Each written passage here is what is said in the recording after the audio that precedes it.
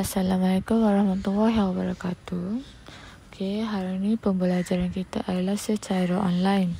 Jadi, cikgu harap awak lebih fokus dan fahamlah apa yang cikgu cuba sampaikan.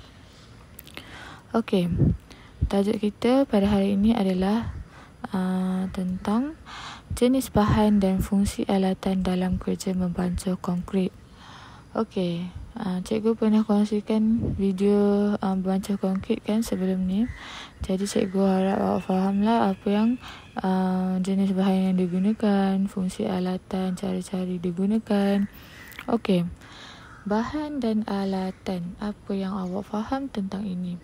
Okey, apa perbezaan bahan dan alatan ni? Okey, bahan ni adalah segala jenis bahan mentah yang digunakan untuk menghasilkan konkrit.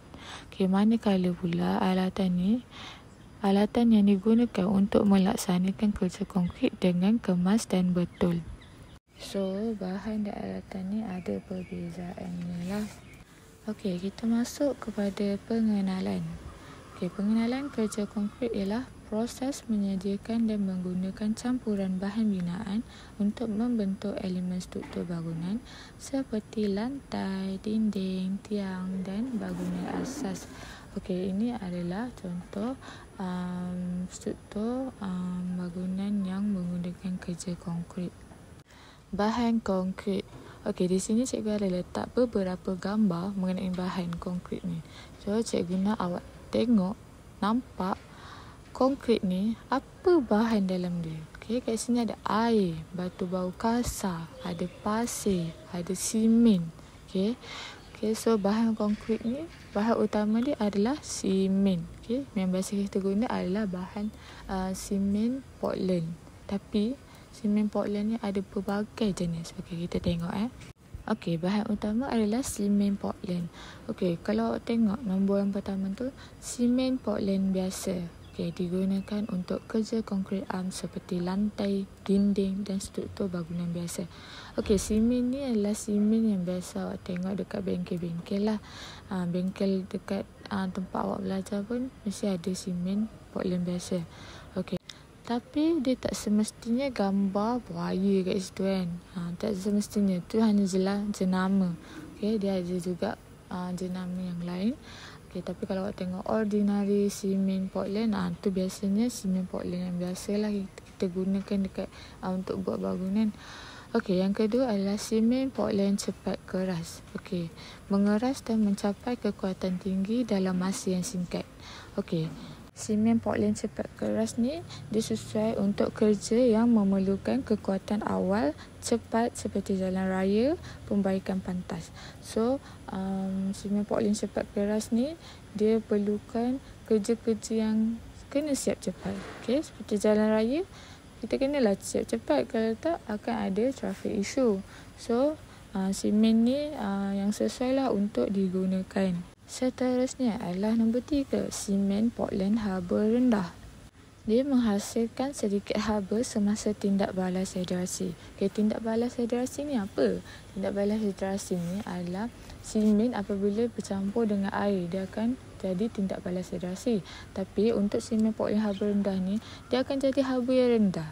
So, dia sesuai untuk struktur-struktur yang besar seperti empangan, jambatan, tembok penahan. Macam tu. Yang keempat, simen Portland putih. Okay, dihasilkan dengan menggunakan bahan mentah. Apa bahan mentah yang terhasilnya Portland putih ni? Okay, awak tengok anak panah warna pink. Okay, anak panah warna pink tu adalah tanah liat China. Kalau dalam bahasa Inggeris adalah kaolin clay. Okay, untuk anak panah yang warna biru tu pula adalah batu kapur. Okay, kedua-duanya warna putih. So, terhasilnya lah simen Portland putih. So, dia sesuai untuk kerja-kerja kemasan, jubin dan mama. Okay, yang kelima adalah simen Portland warna. Okay, siapa pernah tengok lah simen Portland warna ni? Sebab saya pun tak pernah tengok juga. Okay, so simen Portland warna ni adalah dia dihasilkan dengan campuran 5% ke 10% simen Portland biasa dan simen putih. Simen Portland putih. So, dia digunakan untuk kerja hiasan dan seni bina untuk nilai-nilai estetik. Okay, yang keempat adalah simen Portland penahan sulfat. Okay, dia tahan terhadap serangan kimia daripada sulfat dalam tanah atau air. Okay, dia digunakan untuk struktur bawah tanah, jambatan laut, paip saliran dan bangunan berhampiran dengan laut. Okay, bahan kedua dalam bahan konkrit adalah batu bau kasar. Okay, memberikan kekuatan dan kestabilan kepada konkrit, mengurangkan pengerusutan semasa pengerasan. Okay, so konkrit ni dia jadi kuat adalah salah satu dia adalah batu bau kasar. Okay, awak tengok nombor 3, batu bau halus. Mengisi ruang di antara batu bau kasar, memberikan permukaan yang lebih padat dan licin. Okay, kat sini ada gambar batu bau kasar yang atas tu. Okay, awak tengok dia kumpul-kumpul tapi still ada ruang-ruang yang terbuka. So batu bau halus ni yang akan mengisi ruang-ruang tu supaya lebih padat dan licin. Jadi, kedua-dua ni sebelum digunakan perlulah tak nak ada benda asing. So, macam mana kita tak nak ada benda asing ni? Okay, apa benda asing ni? Okay, seperti rumput, kayu, batu, dia kadang-kadang tercampur kan. So, sebelum kita gunakan, kita macam mana nak buang benda asing ni? Kita kena tapis sebelum dia guna. Okay, bahan konkrit seterusnya yang keempat adalah air. Menghasilkan tindak balas kimia hidrasi yang saya baru tahu. Hidrasi tu simen campur dengan air antara simen dengan bahan lain supaya konkrit menjadi lebih keras dan kukuh. So air ni adalah komponen bahan yang perlu adalah mengikut nisbah yang ditetapkan. Okay, fungsi alatan. Okay, kat sini pun cikgu ada letak gambar-gambar alatan supaya awak nampak apa alatan yang digunakan semasa membancuh konkrit. Okay, kat sini ada kereta sorong, ada trowel, ada shovel, ada baldi, ada mixer. Okay, kita tengok fungsi-fungsi dia. Okay, alatan pertama, penyodok. Okay, cikgu akan bagi awak tengok dulu macam mana diorang guna penyodok ni. Tengok dulu video ni.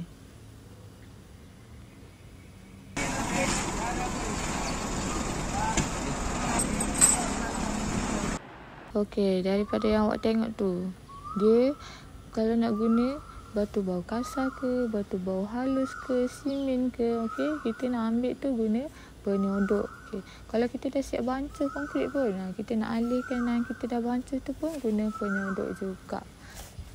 Okey, alatan yang kedua adalah baldi untuk membawa air atau campuran konkrit dalam kuantiti yang kecil. Okey, kalau kita dah siap mix kan batu bau kasar, batu bau halus, kita dah mix dengan simen. Okey, so kita nak ambil air, nak letak, so kita guna baldi. Okay, kalau kita dah siap bancuh pun, nak alihkan konkrit tu ke tempat yang kita nak guna konkrit tu pun, kita guna baldi. Tapi dalam kuantiti yang kecil lah. Okey, alatan yang ketiga, kereta sorong untuk mengangkut bahan mentah atau konkrit siap campur ke tempat tuangan.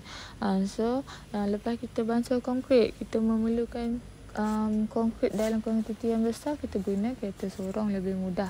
Okay, lebih mudah nak angkut ke tempat yang kita nak guna bahan konkrit tu. Tapi kalau dalam sektor pembinaan yang besar, okay, diorang kalau nak mudah, diorang just terus je bancuh dekat dalam kereta sorong tu. Seterusnya, alatan keempat, senduk lepa atau trowel. Okay, kita tengok dulu videonya.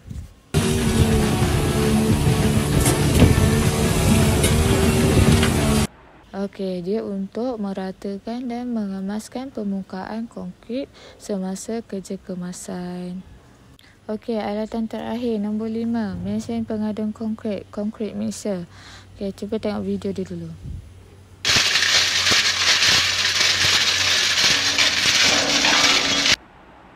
Okey, untuk membancuh bahan-bahan konkrit secara mekanikal supaya campuran lebih sekata dan berkualiti. Okey, jika kita membancuh konkrit dalam kuantiti yang besar, okey, kalau nak mudah kita gunalah konkrit mixer. So, dia lebih sekata dan berkualiti. Okey, itu sahaja. Kalau ada soalan, okey, kamu boleh letaklah di ruang chatbox yang cikgu akan sediakan. Terima kasih. Assalamualaikum.